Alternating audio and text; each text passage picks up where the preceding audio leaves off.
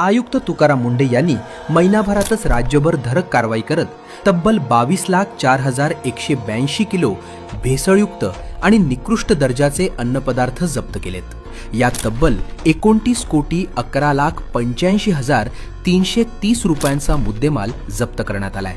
25 मे ते 24 जून या कालावधीत महाराष्ट्रात 431 आस्थापनांवर छापे टाकण्यात आले.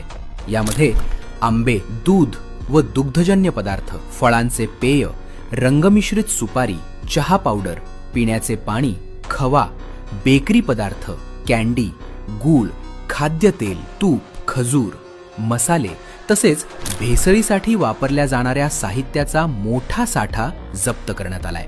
याबाबत आयुक्त तुकाराम मुंढे यांनी स्पष्ट इशारा देत म्हटले आहे की महाराष्ट्रातील नागरिकांना सुरक्षित आणि दर्जेदार अन्न मिळावे यासाठी बनावट, भेसळयुक्त किंवा सार्वजनिक आरोग्याला धोका निर्माण करणाऱ्या उत्पादनांविरोधात कठोर कारवाई सुरूच राहणार आहे. त्यामुळे एका महिन्यात तुकाराम मुंढेंची ही कामगिरी तुम्हाला कशी वाटली? कमेंट करून नक्की